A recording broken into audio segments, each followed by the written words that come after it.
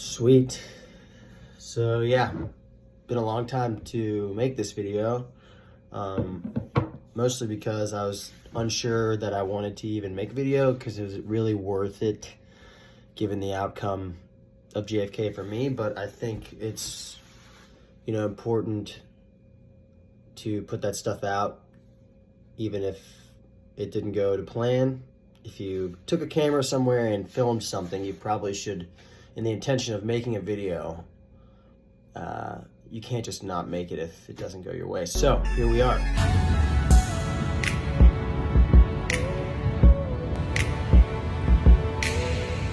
On our way, dude. There she goes. Well, we made it to our Airbnb last night.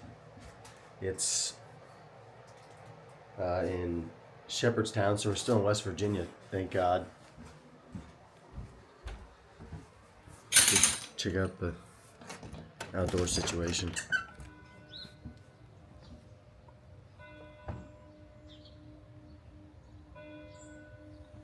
It's looking like JFK out here.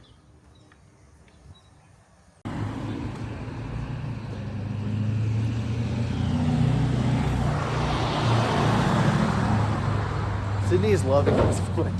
Sorry, it's too cold. Going to get some coffee. And then meet Ryan, Coach Ryan, get a little run in.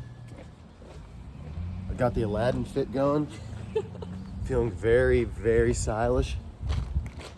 Can't wait to hit up Stoney's Pub later.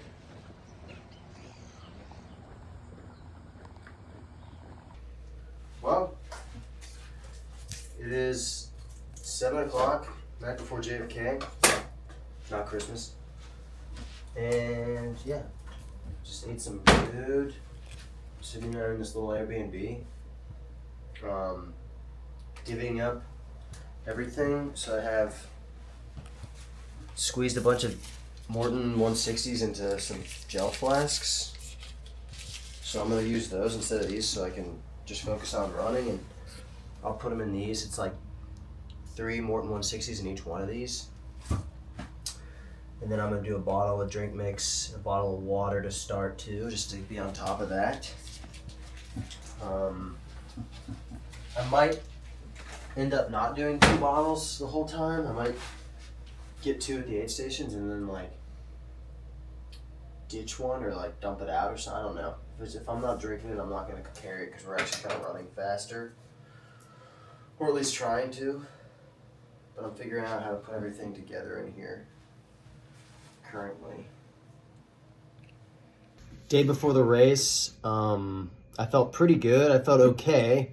I hadn't been feeling great in training leading up to it, and I kind of was just, my legs were just tired, and I didn't know if I wanted to do it. I was kind of back and forth, the weeks leading up to the race. I didn't feel great, but I was still running okay, but I still didn't feel good. And, I decided to just go ahead and go for it. And race morning, I felt,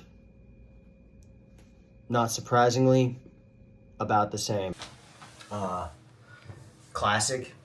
We're going to go in on the AT section with the S-Lab Genesis. Standby, total classic. Excited to run in these. This is a fresher pair, so they'll feel really nice. Little yellow hat so Cindy can see I'm coming, because I doubt anyone else will have a yellow hat on.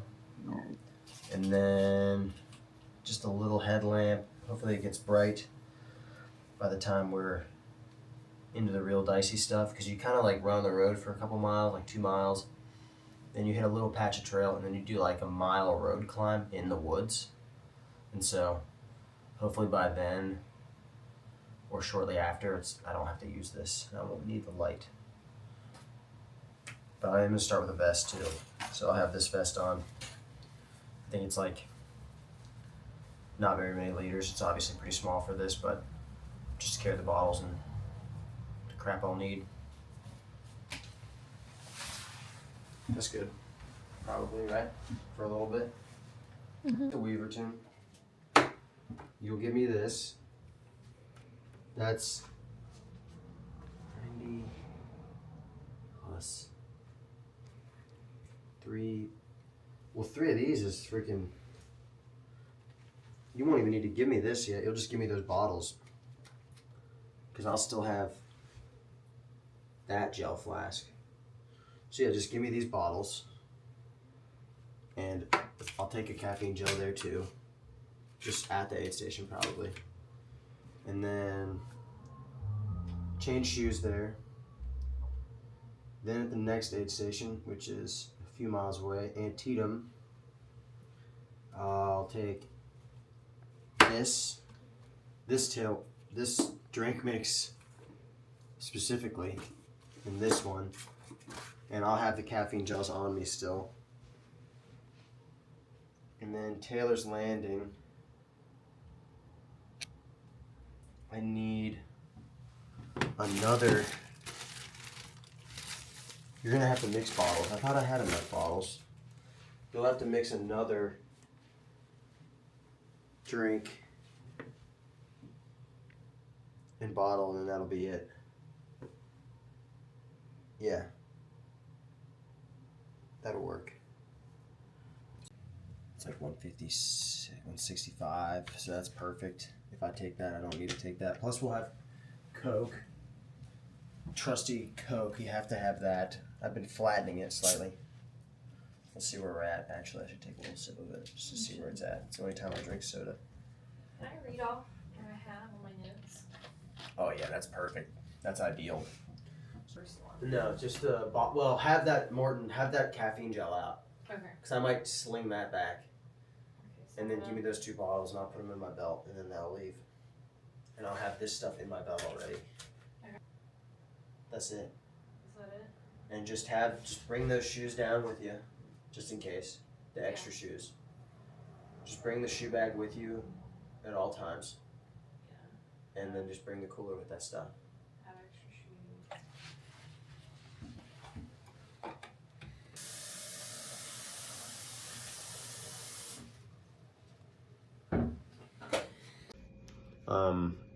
Got up a good time, ate some food, was able to stay in a cool little business real close to the start, so I got to be warm, and all that kind of stuff went great, getting to the start line and whatnot. But yeah, I just didn't feel super poppy, didn't feel real confident, but I was trying to just hype myself through it, like as I do sometimes. Like, blind optimism is great motivation a lot of times, so I just kind of was hoping on that.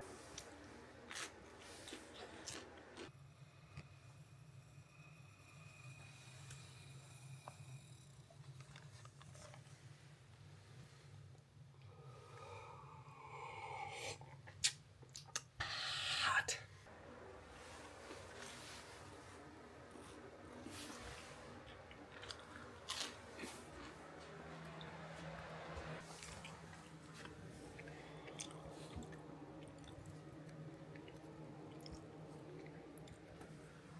Rain's gonna stop. How did I end up driving? That's their vehicle right there. What is this parking? Dope. We're good to park here. I mean, there is no signs. Just a nice floral relief on the pizzeria. The pizzeria. Yo!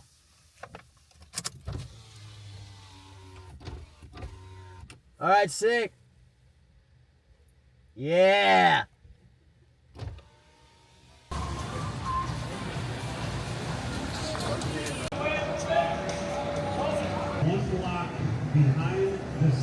Here we go. We got exposed brick.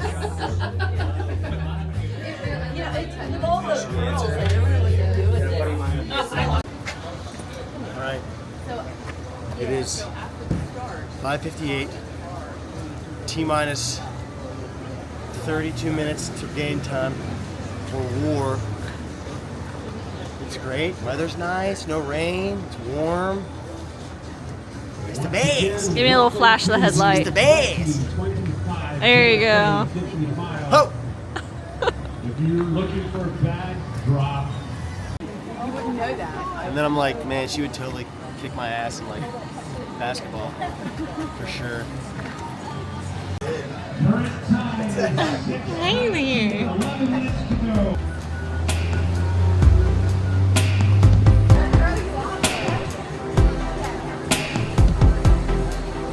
Once again, gentlemen, just take your mark. Go!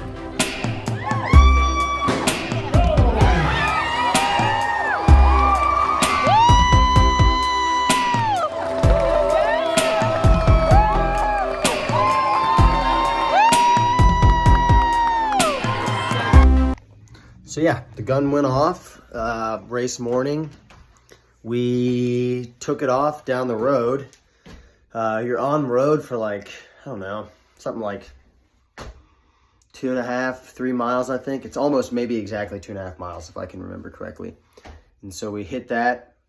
We were kind of going slow. I think if you ask anyone, we kind of took it out pretty conservative, which I was fine with because my legs kind of weren't feeling super good. So yeah, we did that. Ooh, hey. And yeah, took it out good.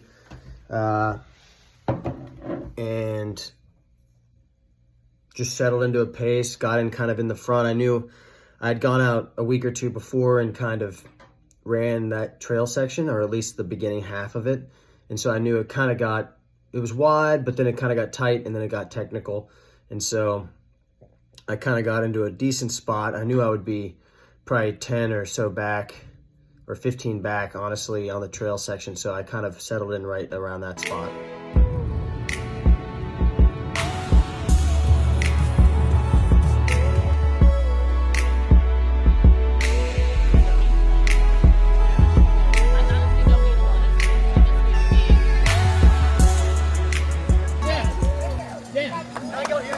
Yep. Drop your pack. Then you're gonna put your shoes on. Sorry, Shoes on. Take your time. grab my shoulder. Two hands. We got you, buddy. We're good. The old sock gator. Yeah. Y'all never seen that before, have you? All right, bottles. Oh, good job, Dan. Water. Swig of Coke. Hold that.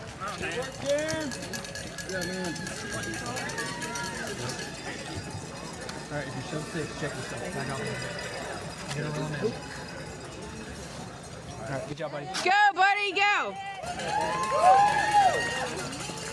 That was great.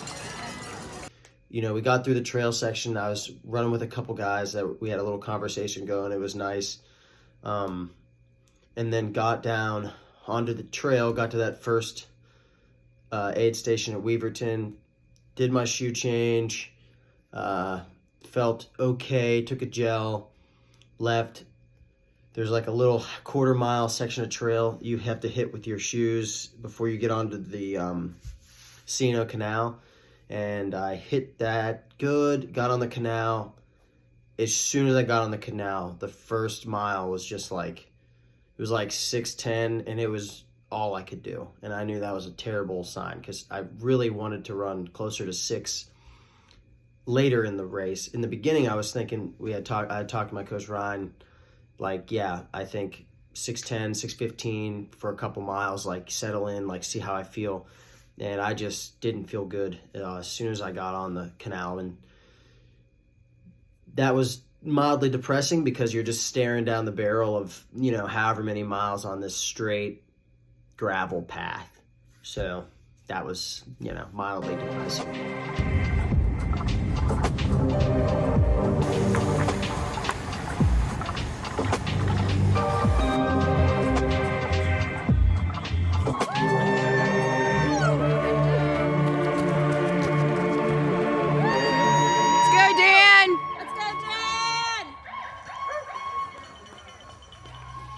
Dan, we got you.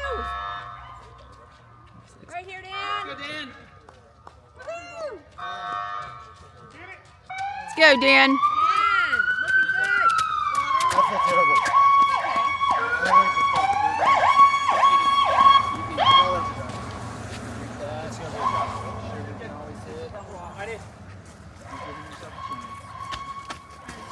it in. I don't think it at all. I like to watch. Stay in the arena, man. You got this. Stay with it. It'll get better. It always gets better. I don't know. Yep, it'll get better. It will. It will. It'll get better. Hang in there. Your body recoups. You got it. You got it. I got to mile 27 or 26, wherever the second aid station is, and you know, I was in a bad mood, and you can probably tell that from some of the video. I don't know if it's in there or not, and yeah, I was not in a good mood, and the race was so short that it's like, well, what are you gonna drop out of a 50-mile race and nothing's injured? No. So I just continued on hoping, still running like 8:30s, 9-minute pace. Hell, I was even walking. I would take a couple steps to walk. I mean, it's flat, so I don't know, you know, that was kind of depressing.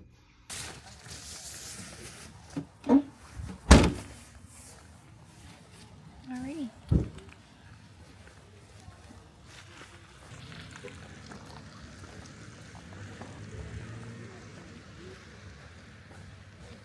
Okay, so we're at mile 38 and have everything set up. Let me get this flip around. Okay.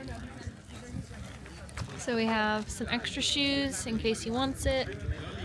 Morton 160, caffeine, electrolyte carbs, water, and some salt pills. Oh, and Coca-Cola, famed Coca-Cola. And so, now we just wait.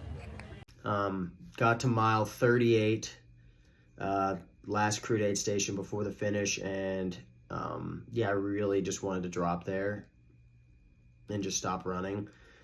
But again, it's kind of like, what are you gonna do? Like drop with 12 miles to go or less? It was probably like 11 and a half miles to go.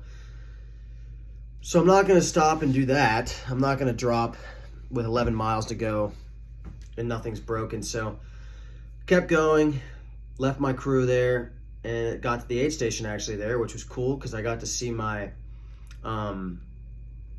my third grade teacher. Like I said, this is kind of a local race for me where I grew up. My third grade teacher was there. Shout out Mrs. Hollinshead. And then not my teacher, but the new cross country coach for the high school that I went to, who was a teacher, is a teacher, didn't have him, but Mr. Staniszewski, who's a great dude, he's reached out to me a bunch, and we're just, yeah, he's just a great guy, and it was nice to see them there. So I stopped because I was like, well, it's not going to get any worse time-wise, so I might as well stop and talk to these folks. So I got to stop and talk to them for a little bit and hang out at the James Buchanan High School cross-country aid station, and then left, continued onward for a couple more miles on the path, and then got to the road section, which they're not lying, it is rollers on that thing. You get off and it's like you're just running on, as soon as you get off the path, you're just straight up a little hill, which, I mean, normally it's not like a bad hill. It was maybe like 40 feet of elevation or less, you know, but feeling the way I did, it felt pretty crappy. So we're on the road, and I don't know, I'm running with a guy that I had ran with at a local race a couple years earlier. We ran into each other. We were both having a terrible day, Max, and we just thugged it out, dude. We kept running real slow. We ran with this French guy who kept puking, who was really cool. He was super nice. We couldn't really communicate with him very well because he was extremely French and couldn't speak English very well, but he was there, and I felt mildly at home because I was like, Solomon, you're my boy, dude. Like, I'll protect you. I can't understand him, but we had a great time. He made it as well. He did finish. And yeah, finally got to about the end part of the road. You pop out near an interstate, you cross an interstate, and then you go towards the high school, Williamsport High School. Finally got to the chute, finally crossed the finish line, and it was a good relief to be done. even though it was kind of a struggle to get there, it took about an hour longer than I was expecting, like an hour and 10 minutes longer than I was hoping. Oh, Dan Green, good job.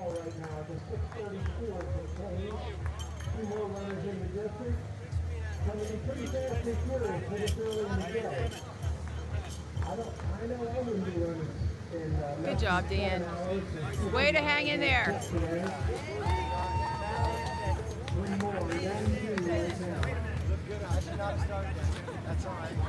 That little joint on right there.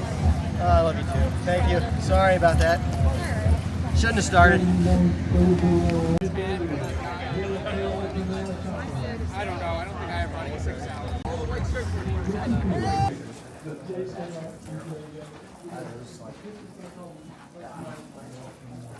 It was. I